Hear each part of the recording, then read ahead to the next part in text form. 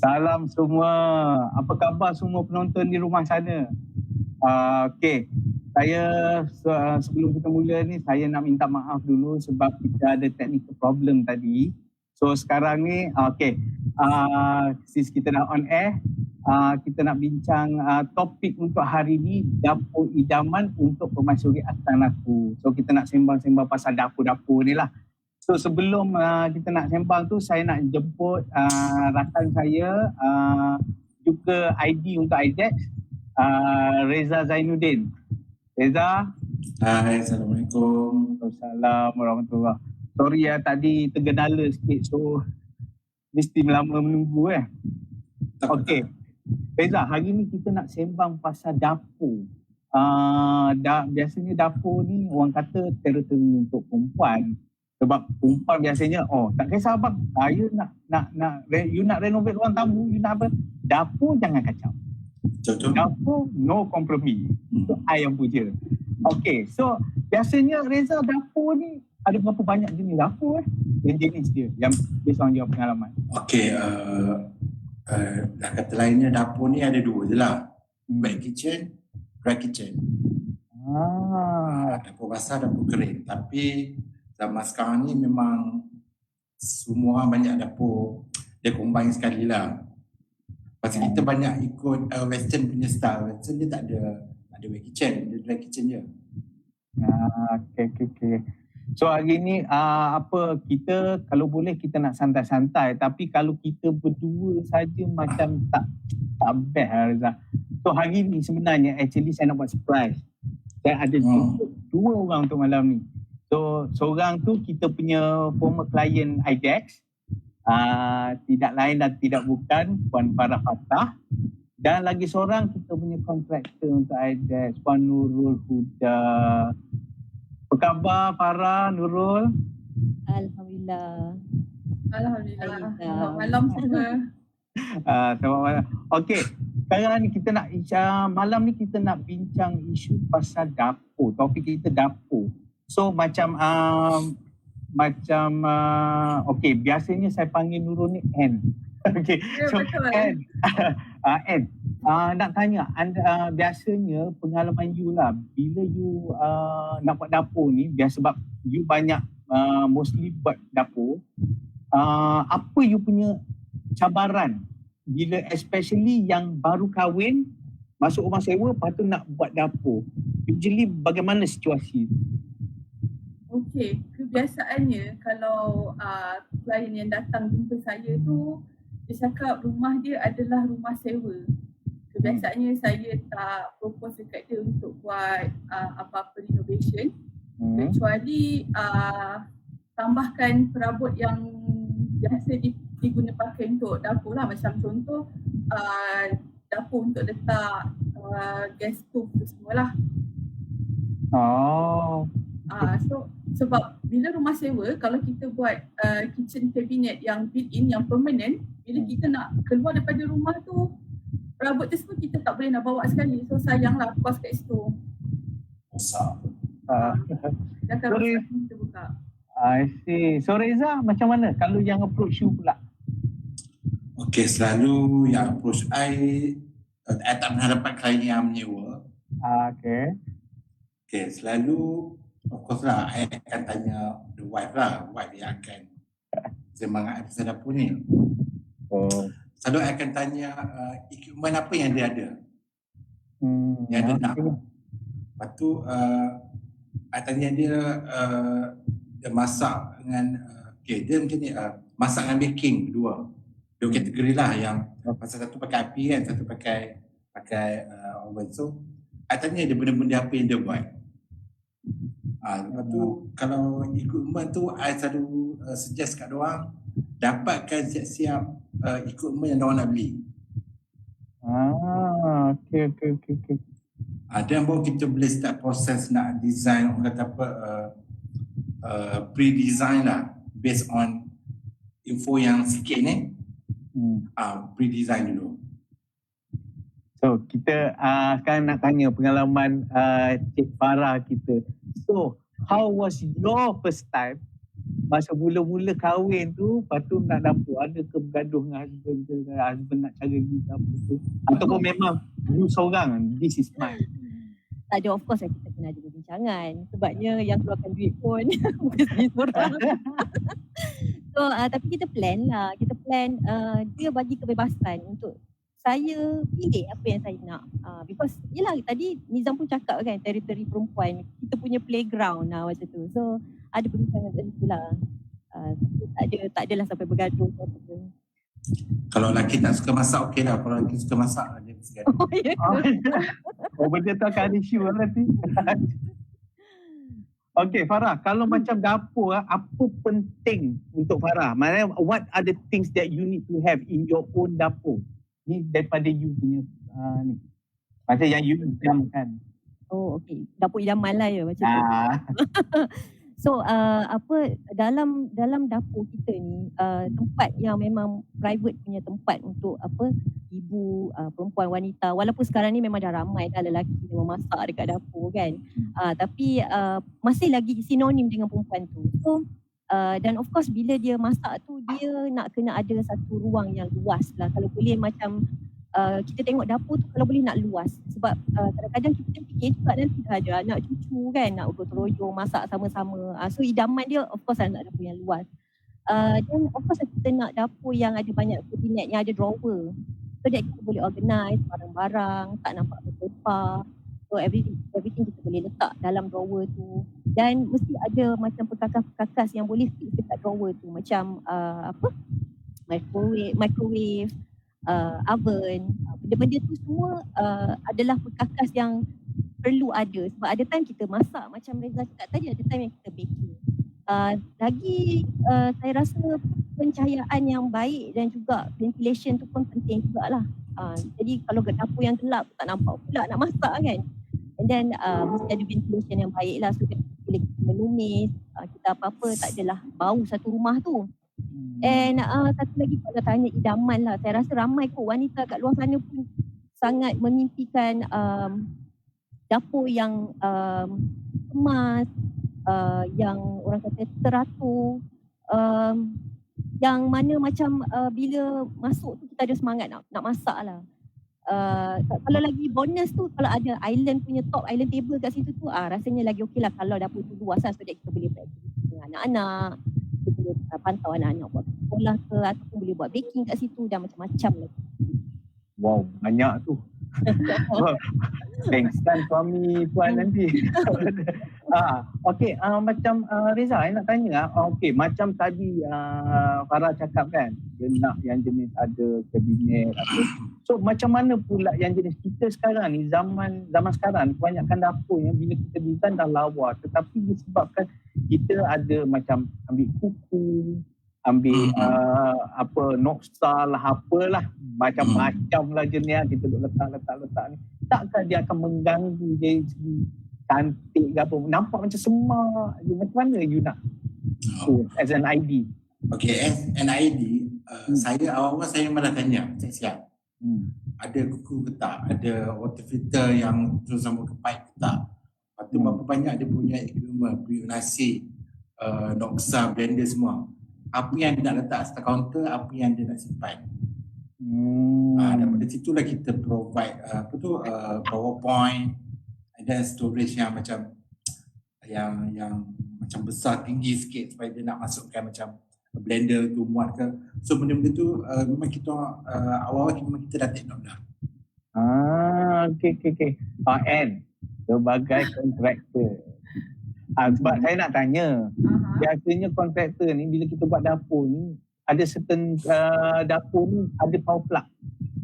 So macam mana power plug tu, macam tadi kan kita cerita pasal ada oven lah, ada ni lah semua yang memerlukan plug. Dan plug, certain plug ada special plug dia, ada certain plug yang bagus.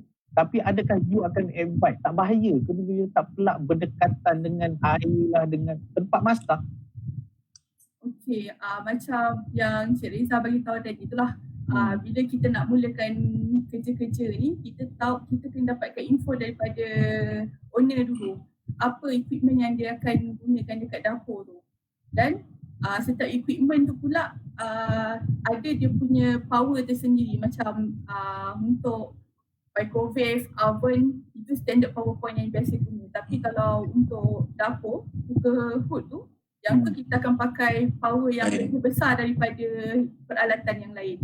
So kita akan advisekan pada owner peralatan ni sesuai untuk diletakkan dekat mana dan kita akan designkan sekali dalam drawing tu nanti. Dan setahu saya, tak silap saya lah, waktu setengah negara dia ada law 1 meter from water supply point tu. Tapi dekat Malaysia ni tengok macam tak orang tak ambil belas sangat lah. Patutnya dijadikan tu sebab untuk keselamatan. Farah, saya daripada tadi nak tanya, belakang awak tu, awak sekarang ni live ni dekat dapur ke? Bukan, ini dekat dining hall saya. Dining hall? Bukan belakang tu kitchen cabinet ke apa? Actually dekat rumah ni ada tiga kabinet, tiga tempat ada kabinet. Satu dekat dining hall, satu dekat dalam dry kitchen, kabinet, dan satu lagi dekat wet kitchen. So yang ni memang betul-betul tepi meja makan sebenarnya. Macam pantry lah, dry pantry. Biasanya dekat Malaysia ada ke? Sebab saya jarang lah nampak. Actually macam ni, kita ambil inspirasi macam luar negara punya inspirasi lah kan. Kalau macam dekat dining tu, you have like easy access nak buka nak ambil barang-barang macam saya buka ni lah kan. Maknanya kalau nak ambil sudu ke, nak ambil apa-apa ke, tak payahlah kita pergi ke dapur. Jadi macam dia lebih macam mesra pada tetamu-tetamu yang datang tu. Jadi semua ada dekat sini. So kalau macam lauk tu pun banyak dekat atas meja. Lepas dah ambil lauk ataupun nasi tu, kita boleh letak dekat atas ni. Macam tu.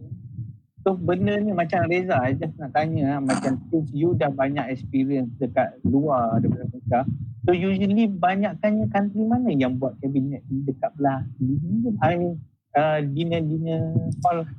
Okay,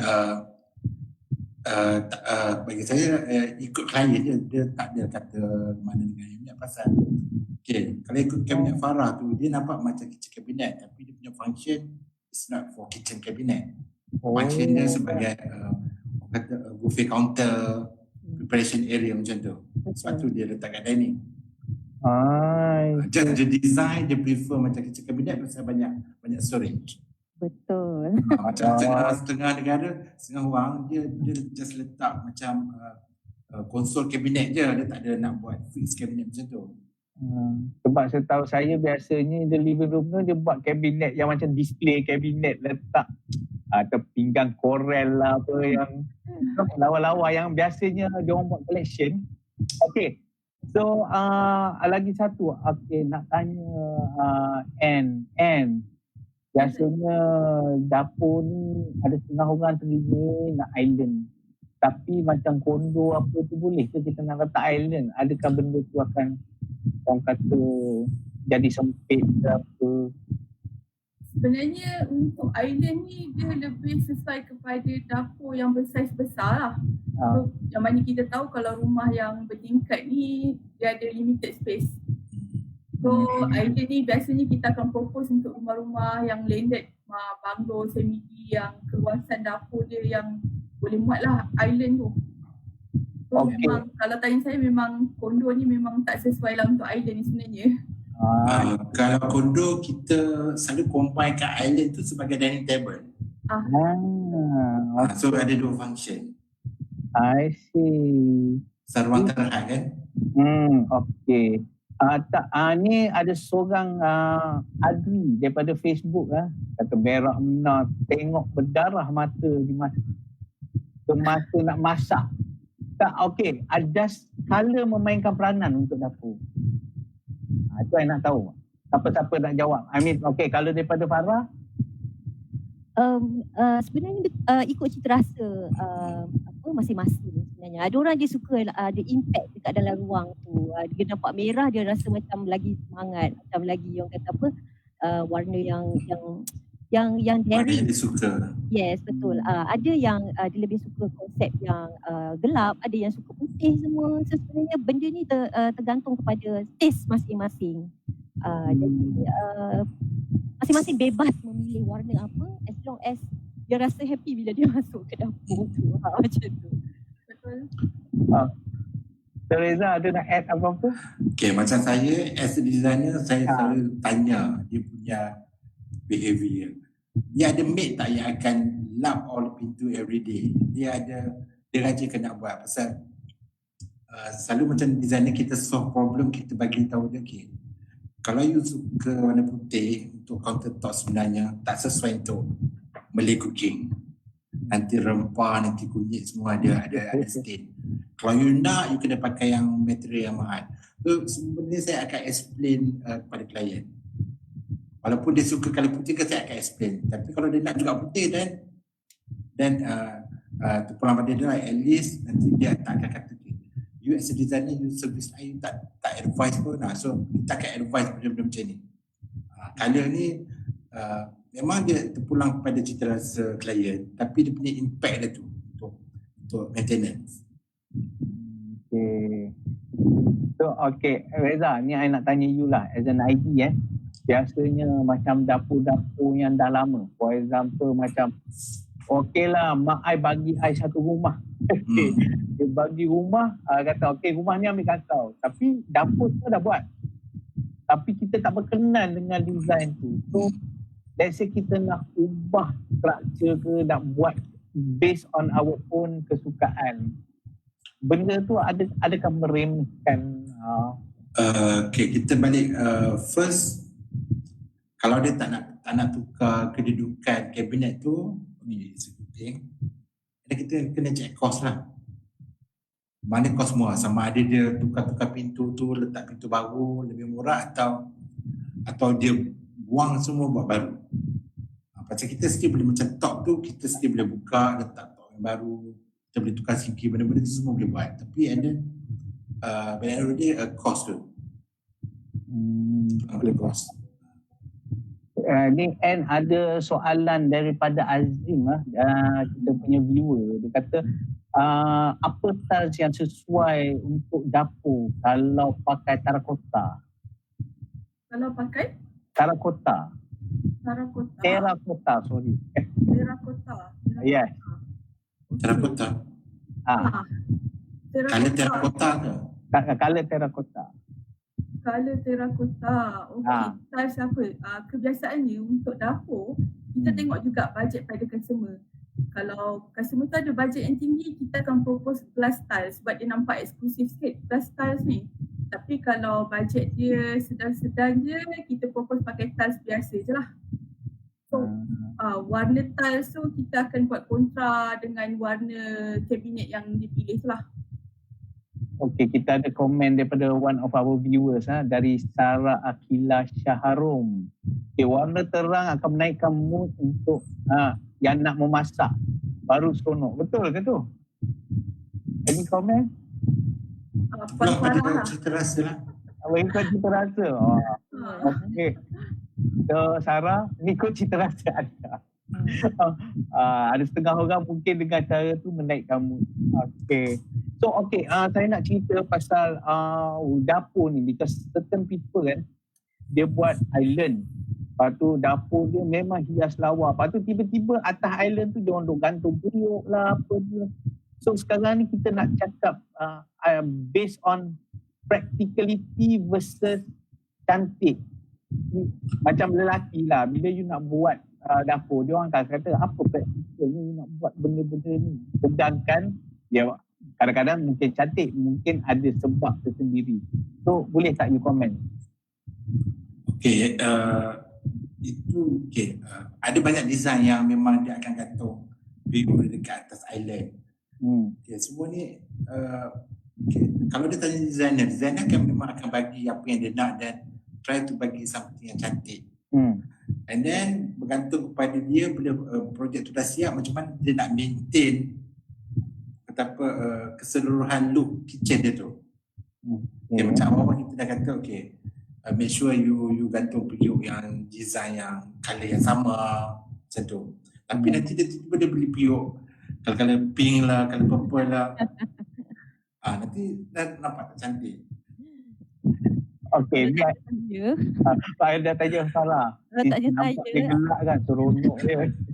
Okey, Sarah, Mm-mm. macam saya nak tanya as a suri rumah, kadang-kadang kan macam kita dah buat dah design dapur and then dah seronok, suddenly dia sampai satu tahap kita rasa macam I ni nak buat kek lah, apalah. So design dapur tu mungkin tak sesuai untuk orang yang macam dia baru nak mula hobi baru. For example macam sebelum ni dia tak pernah buat kek, tiba-tiba rasa kek. Macam tadi Reza ada cakap, depends kalau you jenis masak ke, jenis kek ke apa, dia ada two separate cara kat dapur tu. So for me, I nak tanya, kalau let's say nak buat kek, do you have to design tu berubah ke apa? So, macam mana? Okey, kalau macam orang perempuan ni lah, dia memang sentiasa akan membeli, sentiasa akan bosan, sentiasa akan nak je mengubah.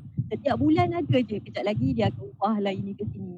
So bila dia ada hobi baru, percayalah dia tahu je mana dia nak buat, tempat tu kat mana dia nak buat. Dia tak perlu nak kena design dan panggil buat lagi. Maknanya apa yang ada untuk hobi baru dia tu, dia akan utilize ruang yang ada. Maknanya mungkin dia akan alihkan microwave ke, letak satu tempat dan letak oven ke, ataupun letak satu meja lain. Tetapi bila sampai tahap benda tu perlu dibuat, contohlah daripada hobi bertukar kepada bisnes, kan? Mula-mula hobi dan after that tukar pada bisnes. I believe masa tu dia akan panggil lah designer dan juga kontraktor. Okay, I think that was the correct answer. Ini correct question. Maknanya nak tukar kepada bisnes daripada yang biasa. Okay, kita ada viewer daripada brand new car. Dia kata kalau dapur kecil nak gantikan dengan bar table kitchen atau island kitchen, adakah konsep tu konsep yang sama? Maksudnya, ulang balik soalan. Soalan untuk dapur yang kecil, nak gantikan bar table kitchen dengan island kitchen, adakah dua-dua tu konsep yang sama? Konsep ni sama je. Actually, diorang panggil bar tu pasal dia punya tinggi tu standard macam dekat bar. Okay. So susah ke kalau macam island kitchen ni, kalau diorang nak letak sinki kat tengah-tengah, maknanya okay, existing dapur, and then suddenly you nak letak sinki yang untuk island table tu nak letak sinki. Okay, kalau pasal kena ada plumbing, selalunya tak dicadangkan kalau untuk rumah flat ke, lain kalau rumah tanah memang senang untuk hack, selalu kita boleh, tapi engineer kena check dululah benda-benda macam ni. Saya tambah sikit Nizam. Okay, untuk buat sinki kat tengah-tengah ruang dapur yang dah siap, banyak kerja yang perlu dibuat. Pertama, lantai yang dah sejadah tu kita kena hack. So bila kita hack, kita nak tutup balik tu, ada kemungkinan tile yang kita akan ganti tu tak sama dengan yang sejadah. So kalau owner tu jenis cerewet pada dekor, tile nak sama colour, so kena buka semua. I see. Biasanya kalau nak tambah sinki dekat tengah-tengah ruang dapur yang sejadah ni, kita tak galakkan lah. Kalau nak buat dari awal dia buat renovation, dia nak benda tu kita buat. Tapi kalau dah siap semua nak buat, kita tak galakkan. Kos pun tinggi juga tu. Okay, ni nak tanya for tu. Sebab sekarang ni kan kita macam tadi Reza ada explain, kita ada wet kitchen dan kita ada dry kitchen. So sekarang ni saya tengok latest terbaru, dia orang buat macam separator, macam partition. Patut dua-dua di dalam dapur rumah, tetapi dia buat partition. Patut this is the wet kitchen gitu. Adakah benda tu trend baru macam ni ke? Bagi saya itu bukan trend lah, benda tu dah lama tapi tak dipraktikkan dalam industri. Okay. So maknanya ni memang benda dah biasa dah lah. Okay. Masa kita evolusi design kita terlampau terikut sangat luar sampai kita tak adapt dengan kita punya culture. Okay, macam Asian cooking kan macam very smelly, patut dengan asap minyak, so kita ambil pula design dapur daripada New York maupun konsep kita buat kat Malaysia.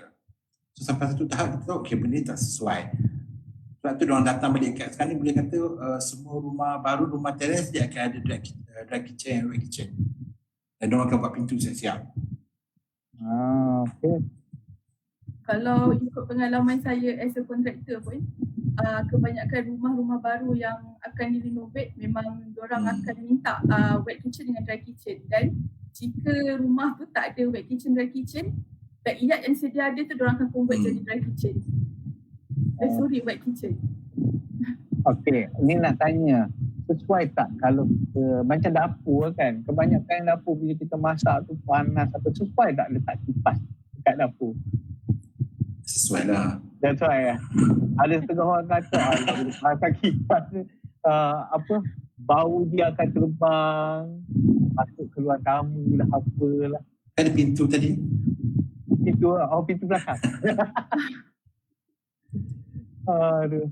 Okey, Farah, nak tanya sikit. Selain daripada aktiviti memasak dekat dapur tu, apa lagi aktiviti yang boleh buat? Ada banyak. Okey, dapur ni bukannya tempat kita makan semata-mata, makan bersama. Maksudnya masak dan makan bersama-sama. Macam saya ada masa anak kecil-kecil dulu kan, memang saya ajak diorang buat aktiviti sama-sama. Kita buat kuih, kita buat pizza. So itu adalah tempat bonding area. Satu tempat yang ada like macam satu positif punya situation kat situ lah. So kat situ kita boleh buat aktiviti dengan anak-anak. Dekat situ juga idea-idea yang wanita ni dia tercipta dekat situ. Bila dia masak tu kan, ada macam-macam lah benda dia akan buat dekat situ. Kat situ nanti bukan sekadar apa yang dah ada kat situ, dia akan ada lagi benda-benda lain, hiasan lain dia nak buat kat situ. So ada banyak. And then boleh je kalau nak tengok TV sambil memasak, tapi pakai hangus lah kan. Saya tambahin, aku say Boleh. Reza mesti ada tahu aktiviti apa. kalau perempuan kan, kalau nak gosip kan pergi dapur.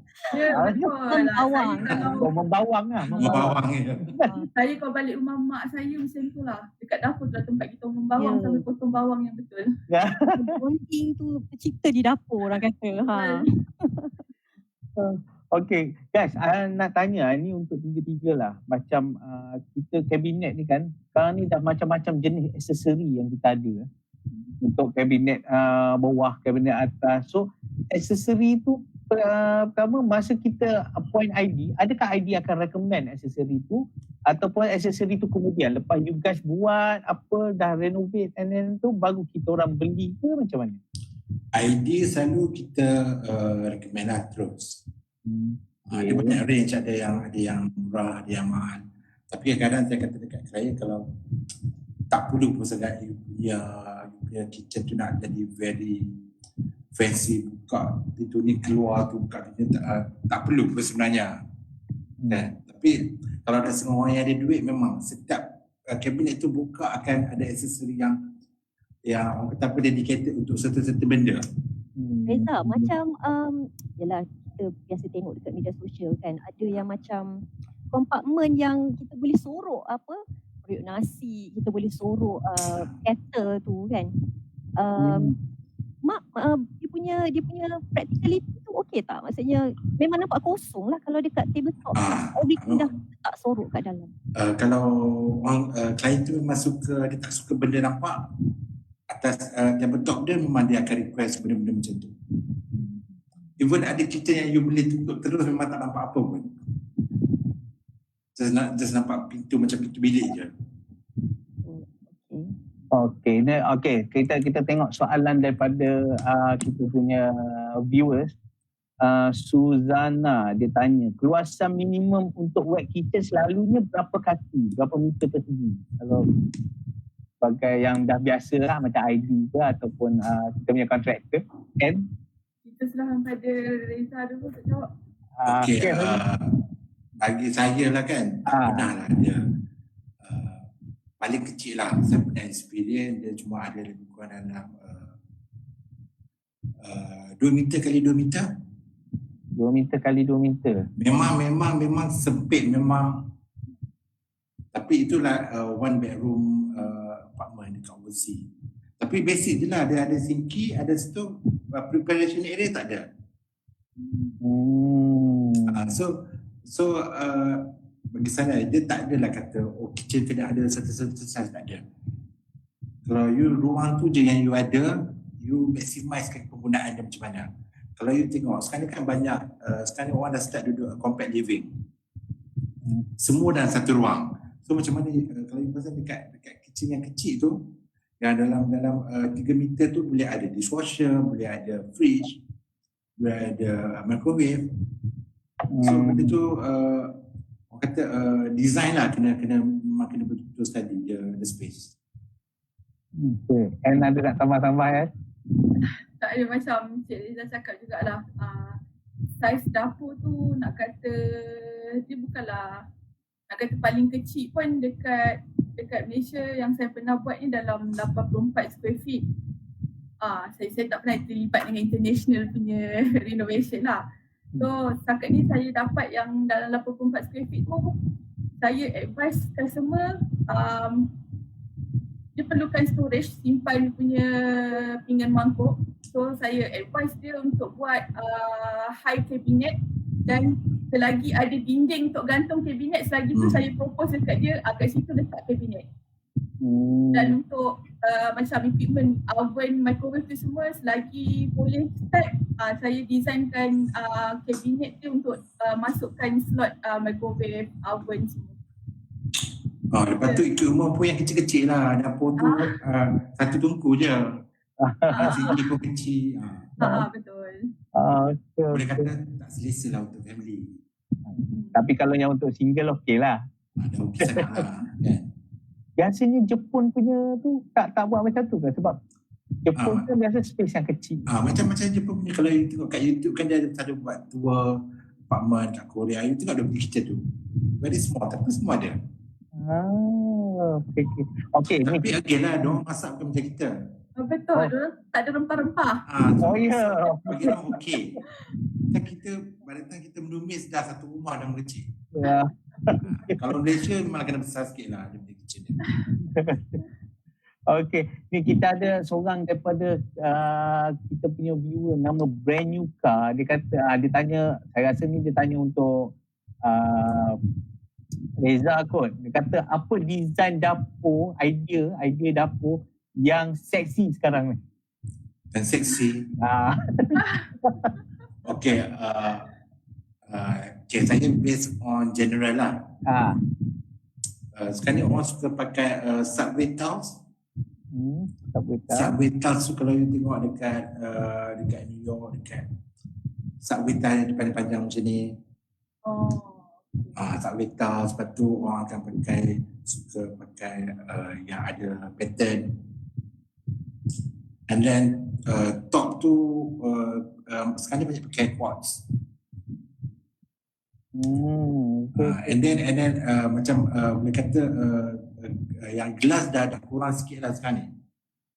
Dan sekarang ni banyak suka pakai slim cut, solid. Cik Reza nak tanya, subway tiles tu yang macam Puan Farah punya backsplash kat belakang tu ke? Lebih kurang, tapi ujung dia ada cutting sikit. Okay, ni daripada another of our viewers, Ila Shaz. Dia kata what type of flooring yang sesuai untuk kitchen usually? Flooring bagi saya apapun floor pun okey.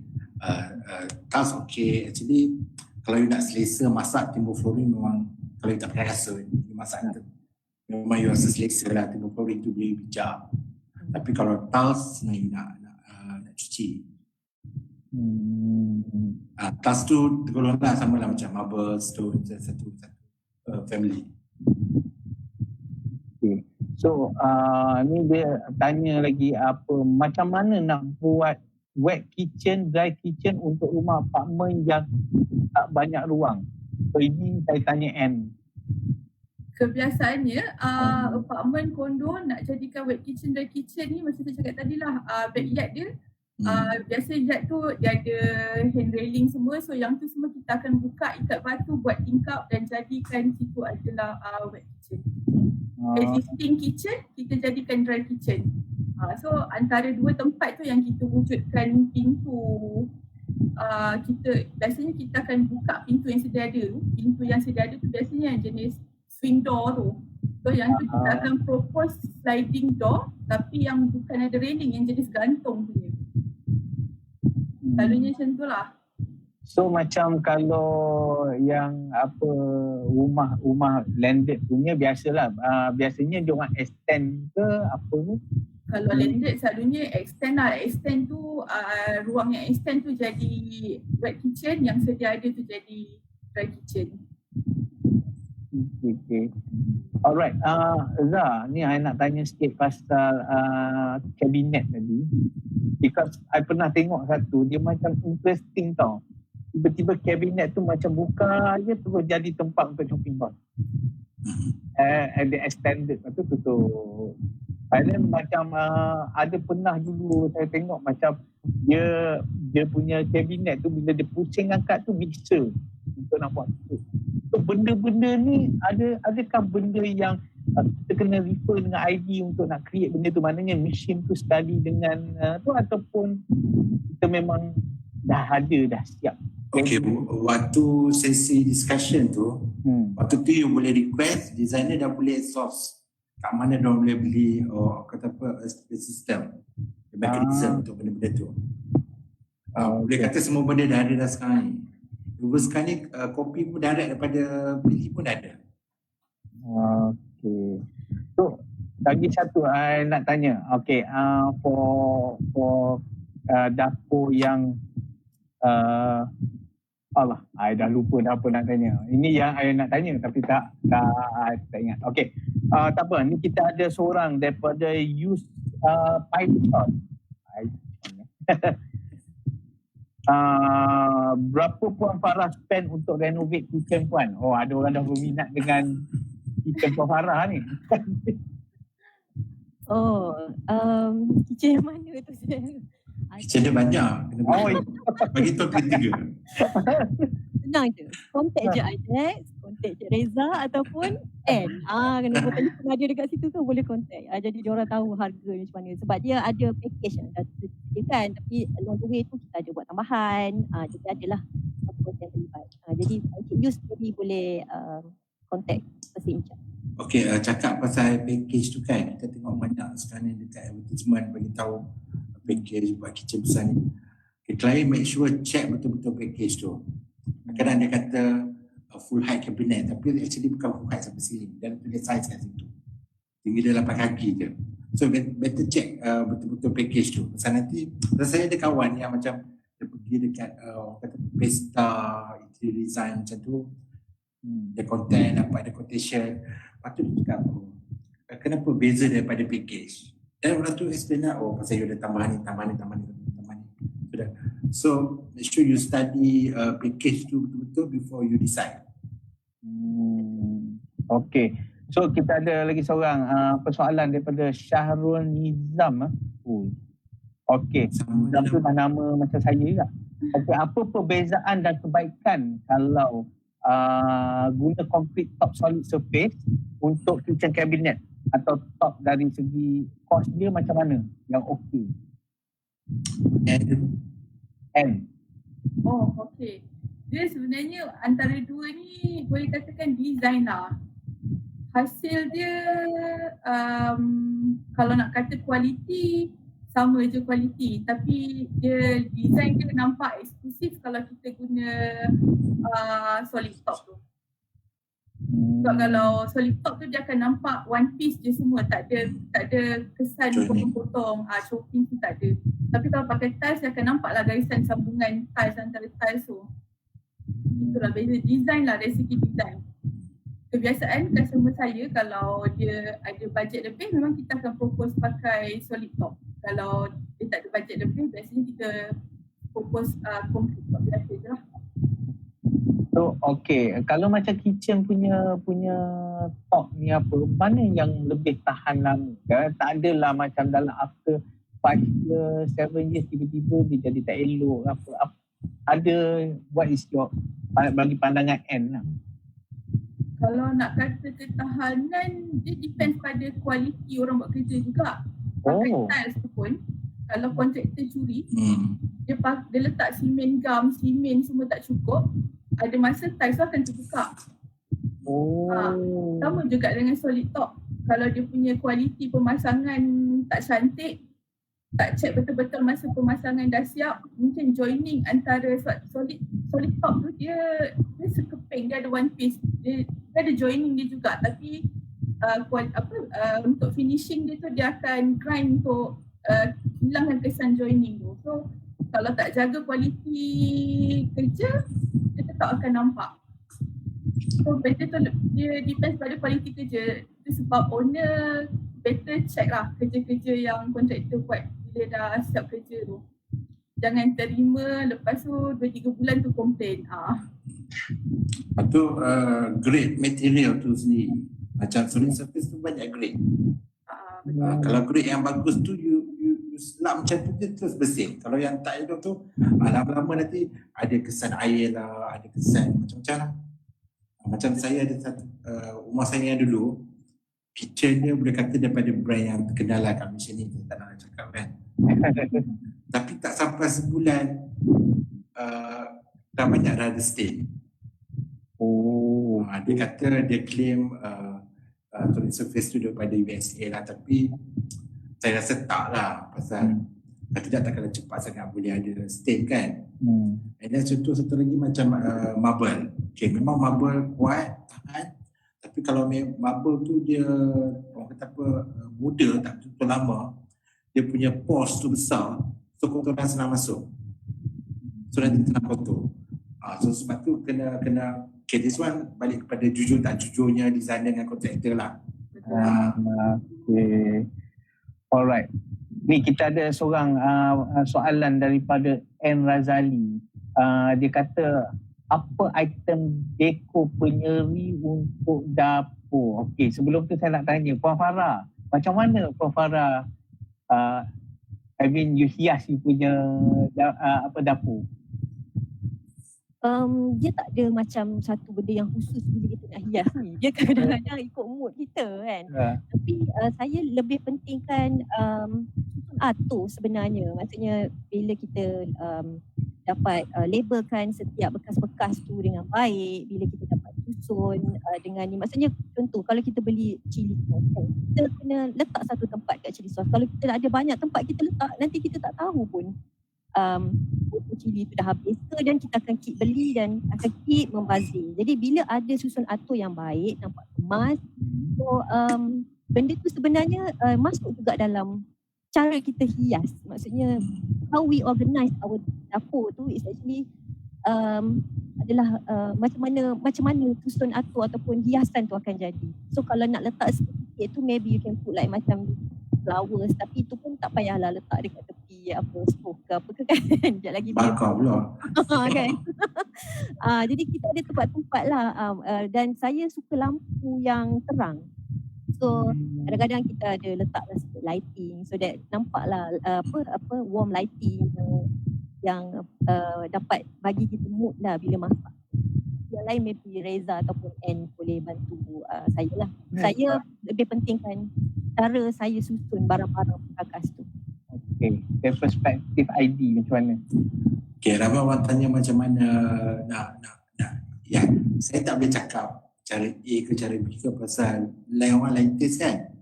Okay, sekarang ni internet sekarang ni dah mudah. You on je, you buka Instagram, you buka Pinterest, banyak kat situ contoh-contoh macam mana nak hias dapur. You just copy, then orang kata apa, create your own punya interpretation of the design. Okay, dari segi ni ada Adri, one of our viewers, dia tanya macam pisau patut simpan macam mana kat dapur dengan cara kemas dan selamat.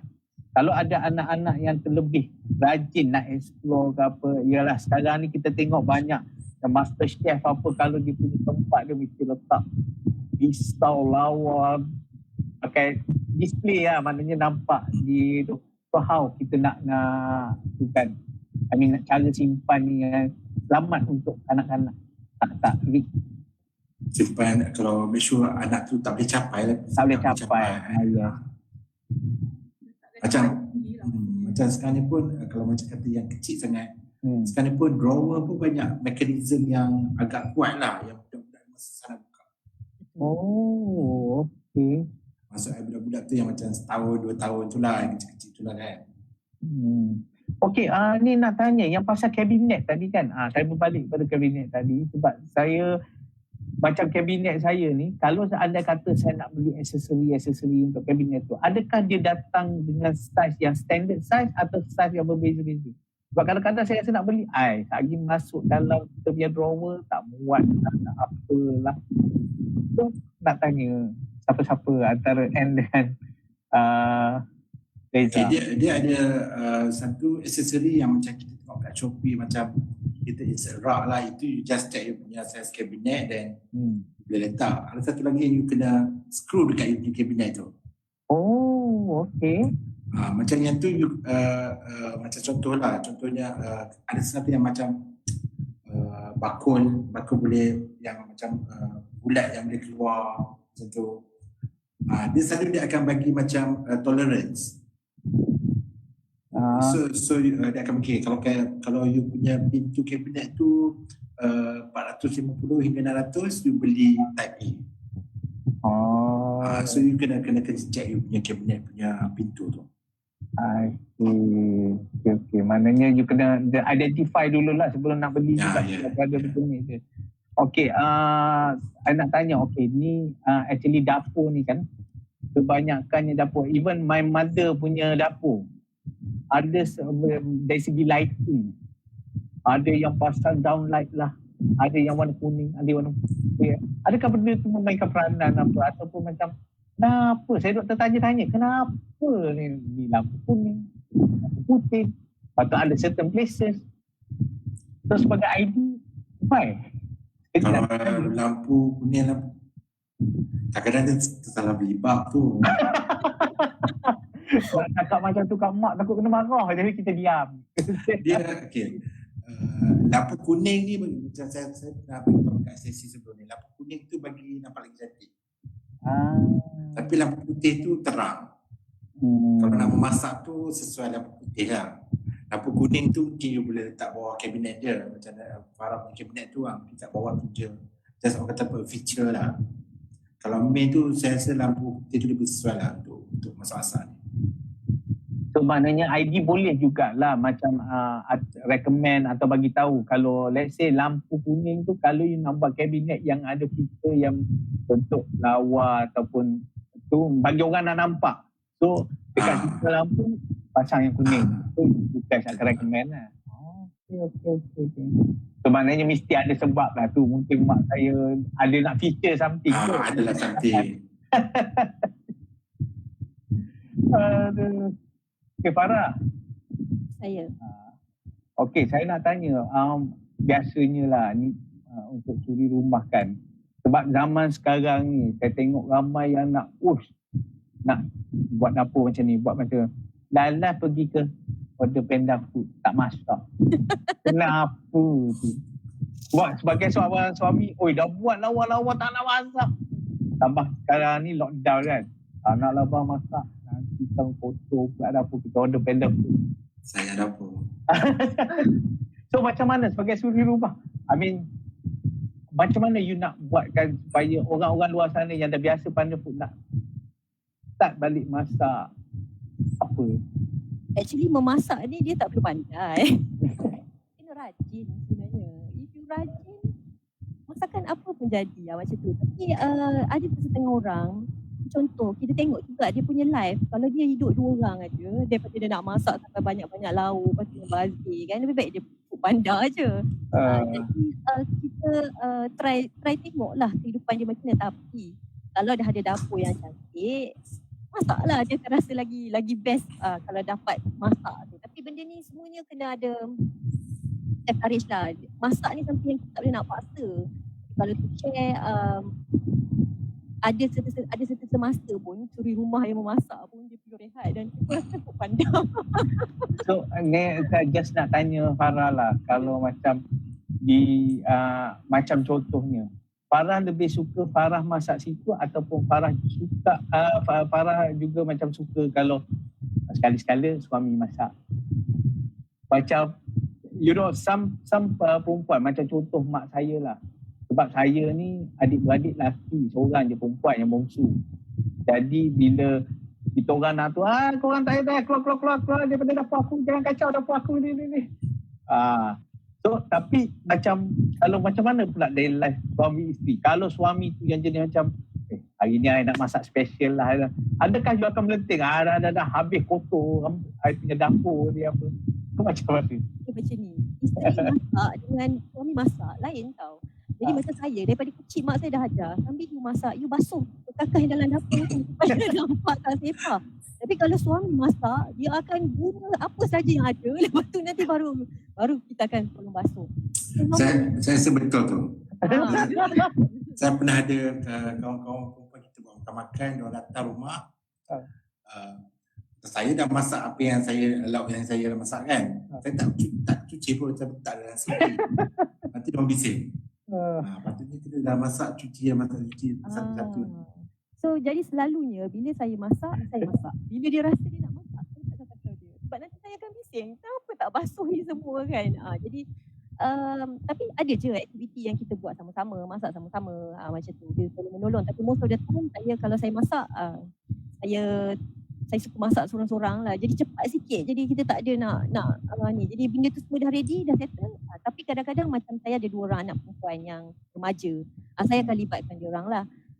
Tapi biasalah bila libatkan dia orang tu tanya, mami nak buat apa ni? Basuh pinggan dulu. Itu basic. Nak datang tolong masak kenapa kita kena basuh pinggan kan? Jadi benda ni macam aktiviti dekat dapur tu sendiri. Bila kita macam maksudnya bila kita dah duduk dekat dapur tu, benda ni sendiri. Kalau rasa nak tolong, kita tolong. Kalau kita rasa macam tak payah tolong hari ni, kita akan cakap je lah. Dia jadi dengan sendiri gitu. Okey. Ni kita ada Midah Hamidah. Soalan untuk host pula. Kap mana yang sesuai kalau kita nak potong ayam kat dapur? Atau beli dah siap potong? So kalau tanya saya sebagai lelaki, saya beli yang dah siap potong. Sebab benda ni kalau mak potong ni saya pun tak berapa pandai pun. Saya rasa sekarang ni semua orang dah beli yang dah siap potong. Betul lah. Kita yang dah siap siang dah. So Cik Mida, kalau Cik Mida Hamidah ni kalau nak beli ayam, saya elok-eloknya beli yang dah siap potong lah. So senang sikit. Aja kita perlu basuh, lepas tu masak. Ada tu yang macam kita ni macam sinki kita tu kalau kena sesuai lah besar, dan sebelah sinki tu ada tempat macam untuk you nak clean all this ayam, ikan semua. Betul tu Reza. Semua tu kena consider pada awal. Wet kitchen saya tu memang kita beli sinki yang besar sebab bila wet kitchen kita akan masak banyak kan, periuk tu besar. So kalau yang dekat dry kitchen tu kan small one kan, jadi susah kan. Jadi benda tu kita ambil. So proses tu biasanya you buat proses dekat wet kitchen kan tu, sebab kadang-kadang saya nampak kat dry kitchen dia ada 2 sinki. Adakah benda tu benda yang guna sama? Maknanya untuk potong lepas tu letak tepi ke apa ke, macam mana? Apa signifikan anda untuk 2 sinki dalam dry kitchen biasanya? Sebagai orang perempuan jawab dulu, tengok. Okey. Puan Farah, silakan. Okey, kalau 2 tu memang mudah lah. Jadi macam kita dah buat kerja-kerja potong, lepas tu kita nak basuh, dan kita ada tempat untuk kita letak. Jadi yang pinggan yang bekas tadi tu dia tak tercampur dekat dalam sinki yang kita tengah buat kerja tu. Dia basically lebih kepada macam tak nak semak sebenarnya 2 sinki ni. Jadi kalau satu semua nak masuk dalam tu, dia akan jadi tak best lah. Je kot. Tapi kalau dari segi ID saya tak sure, tapi kalau tanya sebagai orang yang memasak, kita nak yang tak kacau apa yang kita tengah buat waktu tu. So Anne, bukan sebagai kontraktor, juga sebagai suri rumah. Kenapa Anne? Sampai sama macam Puan Farah jugalah. Ada sinki yang ada double bowl ni lagi mudah lah untuk kita buat kerja. Ada space untuk letak barang yang dah basuh, yang tak basuh. So Reza setuju ke? Sebagai seorang lelaki. Oh setuju, alamak. Kita ingat dia ada nak fight ke apa lah. Betul lah, macam senang kan kita dah macam kita nak basuh nak bilang kita nak basuh semua dah letak sabun letak satu tempat kita bilang sekali. Tapi I thought benda tu dekat dalam dekat area wet kitchen. Yang biasa I nampak kat dry kitchen, tapi wet kitchen pula yang single. Itu mungkin klien tu yang ya, itulah pasal selalunya wet kitchen tu besar sikit, dry kitchen tu kecil je. Kecil. Mana size dia lah berbeza. Okey. Kadang-kadang dry kitchen tu open, kadang-kadang macam kita dry gas, kita pinggan tu kita letaklah terus ke wet kitchen, kita letak ke dry kitchen, satu lagi sink untuk basuh tangan. So mesti ada function dia. Kalau klien terpilih untuk letak 2 sink dekat dry kitchen. Okey, ni kita ada soalan daripada Brand New Car. Dia kata untuk kontraktor, mudah ke kalau nak sting yang tergantung atas dapur masak ala-ala macam rumah artis, tinggi ke kos yang kalau nak buat macam tu? Mudah ke apa? Mudah, dia macam mudah ke kalau sing yang tergantung ke atas dapur masak ala-ala macam rumah artis, tinggi ke kos nak buat macam tu? Sink kat atas dapur memasak? Oh, macam dekat kedai-kedai makan tu lah, yang macam chef punya kitchen area tu lah kot. Yes. Oh, kebiasaannya yang tu kalau orang tu jenis banyak masak daripada pagi sampai malam memasak memang mudah lah. Sebab untuk basuh senduk, satu senduk dia guna untuk dua periuk. So nak tukar-tukar tu, dia nak basuh, sink tu dah ada dekat situ. So kalau nak cerita kos, bergantung juga kedudukan sinki asal dengan dapur tu jauh ke tidak. Sebab kerja-kerja plumbing terlibat kat situ. Air untuk air bersih dan air keluar. Gantung pada jarak lah juga. Jarak daripada pipe asal. Okey. Dan selalunya design tu memang tinggi kos dia jugalah. Sebab area tu perlukan kawasan yang perlu pakai material yang boleh tahan dengan air dan panas. Okey guys, kita sebenarnya dah tak cukup masa. Kalau boleh nak berborak sampai esok pun tak habis. Tapi masa tak cukup. So sebelum tu saya nak berterima kasih kepada Puan Farah, Ann, Nurul Huda dan juga Encik Reza untuk perbincangan topik kata dapur hari ini. So saya pun nak mewakili daripada IDEX berterima kasih dan juga minta maaf dari segi masalah teknikal tadi. So sehingga kita jumpa di segmen yang akan datang next week, insya-Allah. Selamat malam. Okey, bye-bye semua. Bye.